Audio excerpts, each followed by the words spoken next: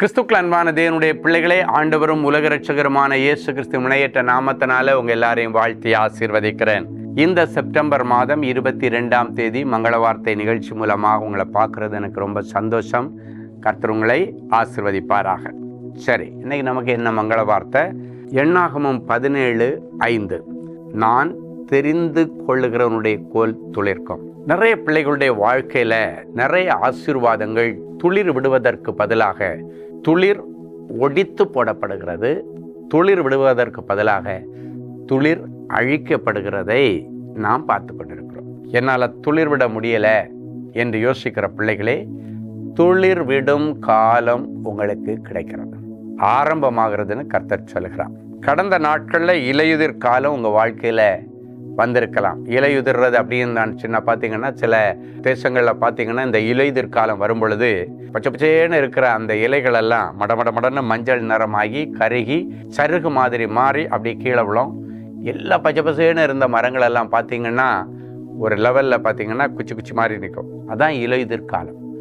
ஆனால் மறுபடியும் அந்த இலையுதிர் காலம் முடிஞ்சு துளிர் விடும் காலம்னு சொல்லுவாங்க.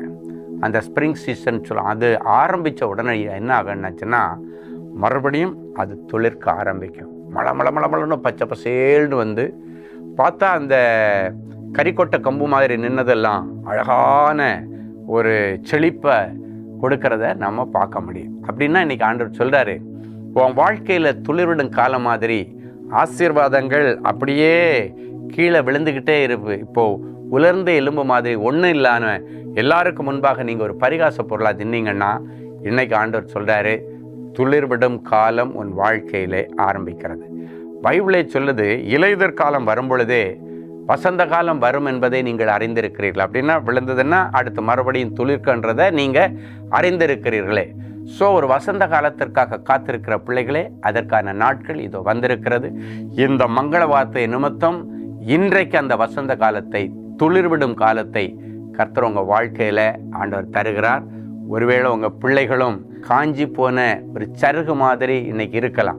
அவருடைய வாழ்க்கை உலர்ந்த எலும்பு மாதிரி இருக்கலாம். வியாதி நிமித்தம் இருக்கலாம், தோல்வியின் நிமித்தம் இருக்கலாம், வெக்ஸானது நிமித்தம் இருக்கலாம், ஏமாற்றப்பட்டது நிமித்தம் இருக்கலாம், ஏமாந்து போனது நிமித்தம் இருக்கலாம், நம்பிக்கை துரோகத்தை அனுபவித்தது நிமித்தம் இருக்கலாம். அவர்களை எல்லாம் கர்த்தர் சந்தித்து அவர்களை உற்சாகப்படுத்தி மறுபடியும் அவங்கள எழும்பி ஓட வைக்கிறார். அவர்களை இனி கனி கொடுக்க வைப்பார். இந்த வசனம் சொல்லுகிறது, நான் தெரிந்து கொள்ளுகிறவனுடைய கோல் துளிர்க்கும். அன்னைக்கு 12 கோல்களை சாட்சி பீடத்தில் கொண்டு வச்சாங்க. அதில் தெரிந்து கொள்ளப்பட்டவனாகிய ஆரோன் வைத்த அந்த கோல் மட்டும்தான் காலையில் துளிர்த்து இருந்தது.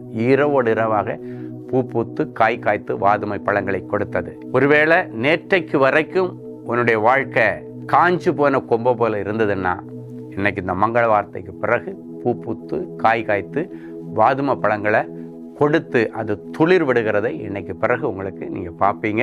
அப்படிப்பட்ட அற்புதங்களை இன்னைக்கு எதிர்பாருங்க. டக் டக் டக் டக் டக்குன்னு ஆண்டவர் செய்வார். பட்டு போன பிள்ளைகளுடைய வாழ்க்கை மறுபடியும் ஆசீர்வாதத்தை காணும்னு ஆண்டவர் சொல்லுகிறார். பட்டு போன பிள்ளைகளுடைய தொழில் மறுபடியும் துளிர்க்குன்னு சொல்கிறாரு. பட்டு போன பிள்ளைகளுடைய வேலை மறுபடியும் அவர்களுக்கு கொடுக்கப்படும் கர்த்தர் சொல்கிறாரு. பட்டு போன ஊழியங்கள் மறுபடியும் துளிர் விட்டு பெருகன் கர்த்தர் சொல்லுகிறார். பட்டு போன கற்பங்கள் இன்றைக்கு துளிர்க்கும் என்று கர்த்தர் சொல்லுகிறார். ஒரு நல்ல சாட்சியை கேட்கலாமா? Sister Clara from Bangalore. எனக்கு திருமணமாகி 15 வருடங்கள் ஆகிறது. நான் கற்பம் தரித்த போதெல்லாம் அது கலைந்துவிடும். அதனால் ஃபெலப்பியன் டியூப்ஸ் பாதிக்கப்பட்டு அதை அகற்றி விட்டார்கள். மருத்துவர் இனி உங்களுக்கு கற்பம் தரிக்க வாய்ப்பு இல்லை, ஐவிஎஃப் ட்ரீட்மெண்ட்டுக்கு முயற்சி செய்யுங்கள் என்று சொன்னதால் அதற்கு முயற்சி செய்து அதுவும் தோல்வியாகிவிட்டது. பிறகு சகோதரர் ஸ்டீஃபன் அவர்களிடம் ஒரு அப்பாயின்மெண்ட் வாங்கி நாங்கள் ஜெபிக்க கேட்டுக்கொண்டோம். அந்த ஜெபத்திற்கு பிறகு கர்த்தருடைய கிருபையினால் நான் கற்பம் தரித்தேன். நான் 5வது மாத ஸ்கேன் பரிசோதனை செய்தபோது குழந்தையின் மூக்கு பகுதி சரியாக வளர்ச்சி அடையவில்லை என்று சொன்னார்கள். நான் மீண்டும் சகோதரர் ஸ்டீஃபன் அவர்களிடம் சென்று ஜெபித்து கொண்டேன். சகோதரர் அவர்கள் சகலத்தையும் நேர்த்தியாக சிருஷ்டித்த ஆண்டவர் அற்புதம் செய்துவிட்டார் என்று சொல்லி ஜெபித்தார். கர்த்தருடைய கிருபையினால் நான் அழகான பெண் குழந்தையை பெற்றெடுத்தேன். இப்பொழுது அந்த குழந்தையை பார்க்கிறவர்கள் குழந்தையின் மூக்கு மிகவும் அழகாக இருக்கிறது என்று சொல்லுகிறார்கள். சகோதரர் ஸ்டீஃபன் அவர்களிடம் குழந்தையை கொடுத்து பிரதிஷ்டை செய்து பெயர் வைத்தோம். குழந்தையின் பெயர் ஜெனயா அடியேல் கிறிஸ்டோபர். இந்த சாட்சிக்காக நான் கர்த்தரை ஸ்தோத்தரிக்கிறேன். என் அன்பு தேவனுடைய பிள்ளைகளை பார்த்தீங்களா, 15 வருஷம் குழந்தை இல்லாமல் பட்டு போன அந்த கர்ப்பம், ஃபெலபியன் டியூப் எல்லாம் பாதிக்கப்பட்டு அகற்றப்பட்ட நிலைமையில் கர்த்தர் அவர்களுக்கு மருத்துவம் கைவிட்ட நிலைமையில் இயற்கையாக கருத்தரித்து அழகான ஒரு பெண் குழந்தையை பெற்றெடுக்க உதவி செய்தார். இன்னைக்கு பட்டு போன கற்பங்களை கர்த்தர் துளிர்க்க பண்ணுவார். பட்டு போன ஒவ்வொரு பிள்ளைகளுடைய வாழ்க்கை மறுபடியும் துளிர்க்கும். அன்பான ஆண்டவரே, உமக்கு நன்றி. நான் தெரிந்து கொள்ளுகிறவருடைய கோல் துளிர்க்கும் என்று சொன்னீர்.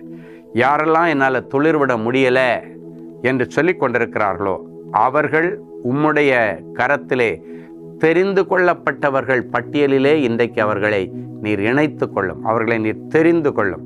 அதன் நிமித்தம் அவருடைய கோல்களை கர்த்தர் துளிர்க்க பண்ணும், வாழ்க்கையை துளிர்க்க பண்ணும், வியாபாரத்தை துளிர்க்க பண்ணும், ஊழியத்தை துளிர்க்க பண்ணும், வேலையை துளிர்க்க பண்ணும், கற்பத்தை துளிர்க்க பண்ணும், வாழ்க்கையை துளிர்க்க பண்ணும். சுவாமி துளிர்க்க பண்ணுகிறவர். இன்றைக்கு எந்தெந்த பிள்ளைகள் எல்லாம் முடிஞ்சதுன்னு சொல்லிட்டு இருக்கிறாங்களோ அவருடைய வாழ்க்கையில் ஒரு புதிய ஆரம்பத்தை கொடுத்து என் பிள்ளைகளை நீர் மனமகிழ்ச்சியோடு நடத்துகிறதற்காய் உமக்கு நன்றி. இந்த நாளிலும் பிறந்த நாள் மற்றும் திருமண நாளை நினைவு கூறுகிற பிள்ளைகளை ஒரு விசை நீர் கண்ணோக்கி பாரும். நான் உனக்கு போதித்து நீ நடக்க வேண்டிய வழியை உனக்கு காட்டுவேன், உன்மேல் என் கண்ணை வைத்து உனக்கு ஆலோசனை சொல்லுவேன் என்கிற மங்கள வார்த்தையை என் பிள்ளைகளுக்கு இந்த வருஷம் முழுவதும் நிறைவேற்றி கொடுத்து நிறைய நல்ல காரியங்கள் குடும்பத்தில் நடக்கட்டும். இயேசுவின் மூலம் பிதாவே, ஆமென்.